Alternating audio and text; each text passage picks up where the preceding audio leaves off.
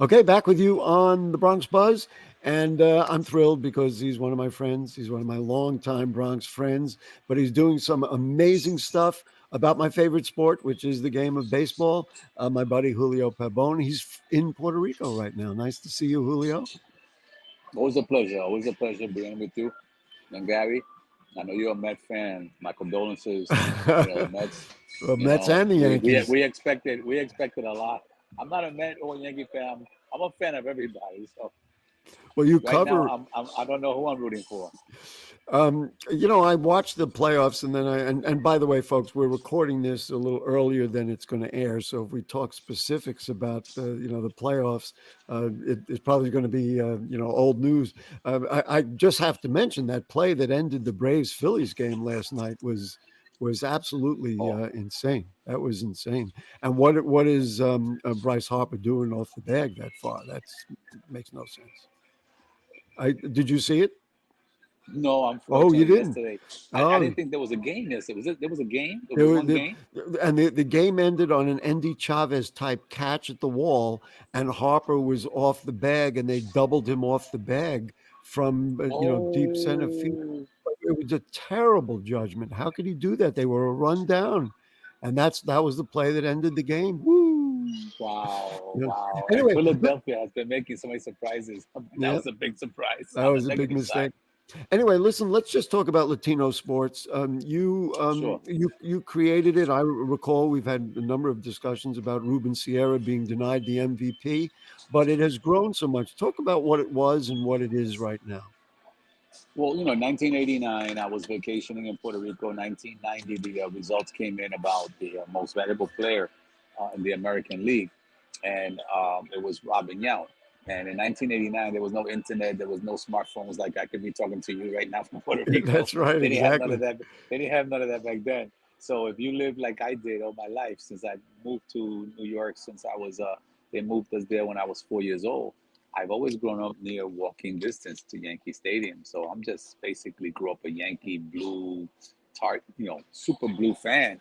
And unfortunately for me, I didn't know who Ruben Sierra was. When I was in Puerto Rico vacationing in 1990, they had just announced the winners of the MVP. And apparently, a lot of people, especially in Puerto Rico, where they follow Puerto Rican players at that time, who were not that many, felt that Ruben Sierra should have been the American League most That's valuable right. player. Out of the seven offensive categories, he had led in five. And there was a big hoopla here, thinking and waiting for the, big celebration Well, that a the Puerto Rican announcement was it going to be never came, MVP. Yeah, never came. and so you So decided therefore, to do something about it. exactly, I was a school teacher back then, and I remember seeing a lot of kids coming to school the following days, depending on what sports was on the night before. Right. Sometimes I would see African American kids coming to the class because a famous boxer Hearns or somebody knocked somebody out, and then I've seen some other kids, but I very rarely saw Puerto Rican kids, man. Like being like very proud the next day. And all we saw in the South Bronx was a whole bunch of other people selling drugs, driving around with fancy cars and jewelry and gold teeth. And that's what I thought was the wrong type of imagery that our kids needed to see. So when I heard about Ruben Sierra being first of all, he's a black Puerto Rican. He came from the projects. He was a high school dropout. And he had I think a cousin or a sister or somebody who was onto heroin. And I said, damn, those are all the same conditions that I can tell you that a lot of But he people that I became know, a great player and an what you incredible thought player. was He an went through MVP. Yeah. all those obstacles in his life, growing up in the projects, being black, not being a high school graduate, having people in his family that was a dysfunctional family, obviously, because there was somebody on drugs. Right. He overcame all that. And he was like the top player in the American League in 1989. He was denied. And that's why I So thought we so should give him something. so you put together Latino sports. I recall the clubhouse just south of Hostos on That came 149th later. Street. That came Yeah, later. I understand that. But where we're at now in the game of baseball, and you have covered it, folks, you got to go to latinosports.com. You've got to do it because they're all over it. I don't respond to everything you send me, but I read and look at everything you send me. Hispanic players are dominating the game of baseball right now. The Oh man, we are all so the great ridiculous. new players. I shouldn't say all. We don't want to be exclusive, but so many of the great new players, they all have Hispanic names. Yeah, no, and the thing is, when we first started, there was only like a handful. That's why Ruben Serra. Then I decided to do that every year because Hmm. I realized that Latino children and all children need to see positive role models, Right. and the more positive role models we see, the better. And unfortunately, Major League Baseball did not, and still at some point doesn't really promote itself a lot, other than through games and apparel and stuff like that. And I think there's a lot of players there that could be promoted, so therefore, I came up with the award. It's been 33 years in the making. We've celebrated our 33rd year this year, and to our great gratitude and surprise, after about 30 years, since 2 or 3 years ago, after COVID, Major League Baseball has become the main sponsor. Prior to that, I don't know if you remember, Gary, I would have to go around hustling to see who's going to That's sponsor us right. so they can But afford now to do something at Giovanni's or do something But in but but Augusta. now but now now you're on the field, and I want to show. So let's say you did the 2022 Yes. MVP awards. We've got pictures. Anderson could put them up there. Here you go with Jordan Alvarez, who is as great a player as ever played the game. And there you are. There you are on the field. He's dominating now for the Astros in the Yo, two playoffs. home runs the first game, a home run the other day. This guy's awesome. I hope that our award did something about that. It probably motivated him even more. Maybe, but I'm sure the players appreciate it as well. Oh, Anderson, incredible, here we Gary. go. Incredible. This I love. Of course, this is my guy Edwin Diaz, and you know that I was there that night and saw you on the field Yes, from the yes, yes, stands. yes. But he also, of course, it's a shame what happened to him. But he also, um, became he was great and then became great again. Of course, here in New York, and we should note he's wearing number 21. That was Roberto Clemente night, and that Mente meant Day. That's right. Clemente Day That's or right. whatever. Yeah, Right. and that meant that was like a double win, so to Yes, speak. it was incredible for us to be there on Roberto Clemente Day and Hmm. giving Diaz his award, Hmm. and being able to go to San Diego, having sent somebody to Cleveland, somebody represented us in Yeah, let Seattle, Anderson put them and up then there. of We course want to see the others. Yeah, go ahead. someone represented us in Miami. That was Seattle. That was our attorney and friend at the Michelle Davila. She represented us in Seattle. We had um, Robert, our editor. He went to Cleveland to give Emmanuel Clase his award with the Guardians, and then we had uh, I think you had Manny Machado. Dubois. You were in San Diego with Manny Oh, Machado. that was it. That I Put couldn't that take way. I my think we foot on got the a West picture. Coast. There you go. And you went. You got the Yeah. sunny California. But what I love Yes. about this, Julio, is that you talked about starting with so-called humble roots. Things that you did along the way, and here you are now. Major League Baseball is endorsing this across, across the board, and that means that It's a blessing. what you thought about doing with Ruben Sierra is now finally happening. And listen, you can't deny it. If you watch the game of baseball, Hispanic players are everywhere. I mean, It's vital on amazing, every Gary. team. Go ahead. It's amazing the fact that you have, the message here is that you do something, and we wasn't thinking of making money. We wasn't thinking of getting sponsors. We just thought it was something wrong, that a guy who deserves something, who deserves some recognition, should have gotten it. And it was against obstacles and against all types of naysayers who say, why are you honoring Ruben Serra? Because a lot of Yankee fans and my friends didn't know who Ruben Serra was either.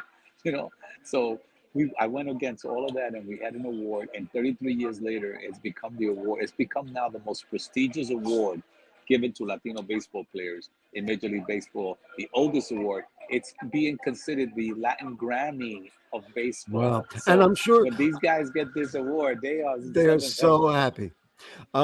The other thing which makes it really special, and we just passed by it, but I want to note, is this idea of portraits that you, for each award, it's not like you just give them a plaque, but you give them a portrait, and we have the pictures of the portrait makers, so we can put that up. Tell us a little bit about the whole portrait thing. This was Nestor Cortez of the Yankees, of course.